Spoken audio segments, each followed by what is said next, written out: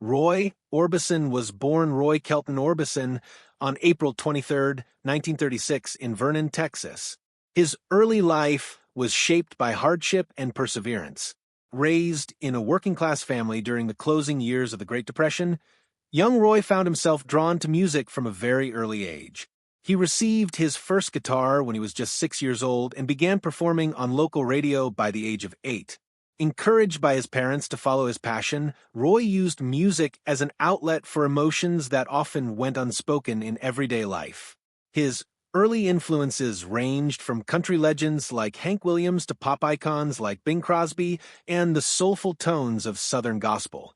After the family relocated to Wink, Texas, Roy continued to develop his musical identity and formed his first band, the Wink Westerners, while still in high school.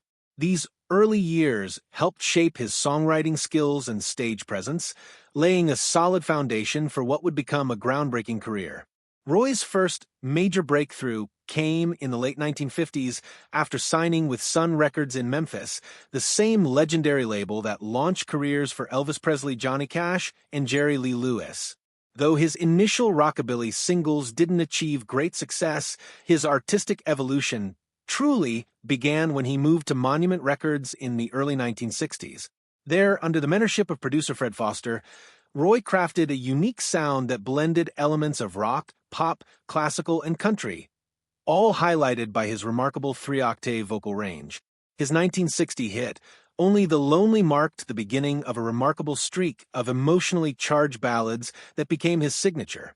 Songs like Crying, Running Scared, and Dreams, and its overexpressed a deep, romantic vulnerability that was rare in the pop music of that time. His most iconic track, Oh Pretty Woman, 1964, masterfully blended heartbreak and bravado, solidifying his place as a musical pioneer and an international superstar. What set Roy apart wasn't just the sheer power of his voice, but the raw sincerity of his lyrics. In an era where rock and roll often emphasized carefree youth and rebellion, Orbison dared to sing about heartbreak, loneliness, and dreams deferred. Fans around the world connected deeply with his music, seeing in it the echoes of their own personal sorrows and yearnings.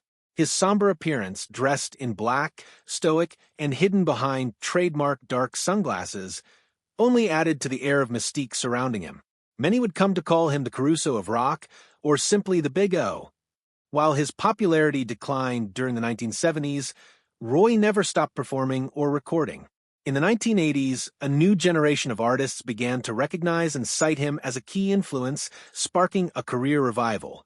In 1987, Roy was inducted into both the Rock and Roll Hall of Fame and the Songwriters Hall of Fame.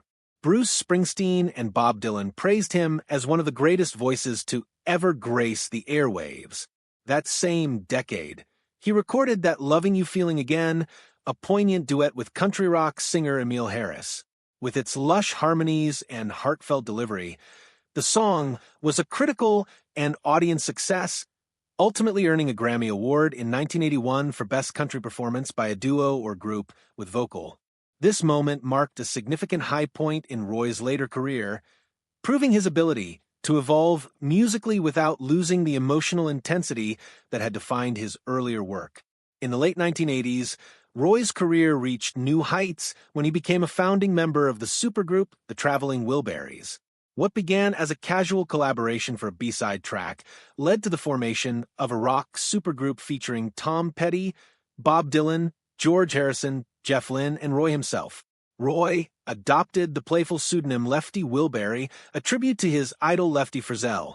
Their debut album, Traveling Wilburys Volume 1, 1988, received widespread critical acclaim and commercial success, reintroducing Orbison's talents to a global audience. His standout performance on Handle with Care reminded fans of his legendary vocal prowess. That same year, his contributions to music were recognized once more when he was inducted into the Rock and Roll Hall of Fame. In an emotional speech, Bruce Springsteen honored him, calling his voice the voice of heartbreak. This recognition acknowledged Orbison's profound influence on the evolution of rock and pop and sealed his place as one of the most emotionally resonant performers of all time.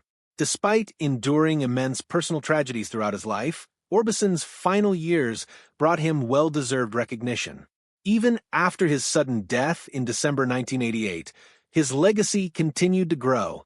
In 2014, the 25th anniversary of his final studio album Mystery Girl was commemorated with a deluxe edition. One of the most poignant editions was a previously unreleased demo titled The Way Is Love, which featured vocals from Roy himself, completed posthumously by his sons Wesley, Roy Jr., and Alex. With the help of producer John Carter Cash and Jeff Lynne, the track was turned into a stunning tribute that bridged generations. It offered fans a moving reminder of Orbison's timeless artistry, showing that even decades after his death, his voice still had the power to reach into the soul. In 1957, at the age of 21, Roy married his teenage sweetheart, Claudette Frady, who was just 16 at the time. Their love was passionate and intense, and despite the challenges of Roy's rising career, the couple began building a life together. Claudette became Roy's muse, inspiring many of his future songs. They had 3 sons: Roy DeWayne, born in 1958, Anthony King, born in 1962, and Wesley, born in 1965. Roy adored his family, but his demanding career often pulled him away from home. Then, in June 1966, tragedy struck. Claudette was killed in a motorcycle accident in Gallatin, Tennessee. The couple had just reconciled after a period of separation, and her sudden death devastated Roy. The loss left a massive void in his heart and home and would haunt him for the rest of his life. The song Claudette, originally written to honor her vivacious spirit, took on a haunting sadness in the years that followed. But fate wasn't finished. Just 2 years later, in September 1968, while Roy was touring in England, a fire broke out at his Tennessee home, claiming the lives of his 2 eldest sons, Roy DeWayne and Anthony King. Only Wesley survived, having been with his grandparents at the time. The emotional toll was immeasurable. Roy Orbison, who had built his musical identity around emotional ballads, was now living out the very sorrows he had once only sung about. Crushed by grief, he withdrew from the public eye. In the midst of this pain, a new chapter began when Roy met Barbara Jacobs, a German-born music executive, during a trip to the UK. Their bond was instant, and the couple married on March 25, 1969. Barbara brought much-needed emotional stability into Roy's life. She not only supported him as a partner, but also took an active role in helping manage his career, especially during the revival of the 1980s. They had 2 sons together: Roy Kelton Orbison Jr., born in 1970, who would later pursue music, and Alexander Alex Orbison, born in 1975, who would go on to preserve and promote his father's legacy. Barbara remained with Roy until his untimely death in 1988, and she later dedicated her life to safeguarding his memory, overseeing posthumous releases, managing his estate, and ensuring the world never forgot the man behind the dark glasses and soaring operatic voice. Roy Orbison's life story was one of extraordinary talent, unimaginable loss, resilience, and enduring legacy. But behind the music lay a darker truth, one that for years was obscured by myth and mystique. Fans often wondered, what was the real source of the sorrow in his music? Was it simply personal tragedy or something deeper? Recently uncovered biographies, private letters, and interviews with those closest to him have shed new light on the mystery. Rather than closure, the revelations have raised unsettling questions. At the core lies the idea that Roy's sadness wasn't just reflective, but prophetic. His lyrics often seem to anticipate personal loss, leading many to speculate whether he was fated to tragedy or whether he was silently crying for help all along. Sources close to Orbison, including former managers and estranged relatives, have revealed that Roy suffered from severe, untreated psychological trauma from childhood. He buried it under layers of melody and poetry, but it never truly went away. Some of the most startling findings include early medical records showing that Roy underwent a series of experimental sinus surgeries as a teenager, procedures intended to correct breathing problems, but which may have inadvertently reshaped his vocal anatomy. These surgeries, performed in an era of questionable medical ethics, may have created the distinct operatic tone that became his trademark. But they came at a cost, chronic migraines, lingering pain, and permanent damage.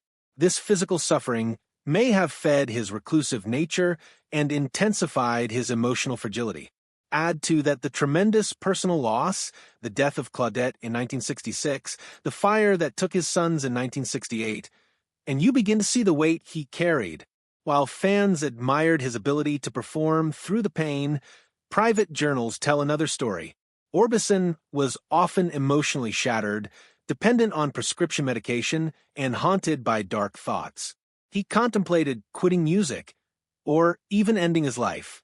Even his celebrated comeback in the 1980s, powered by Mystery Girl and the Traveling Wilburys, wasn't as triumphant as it seemed.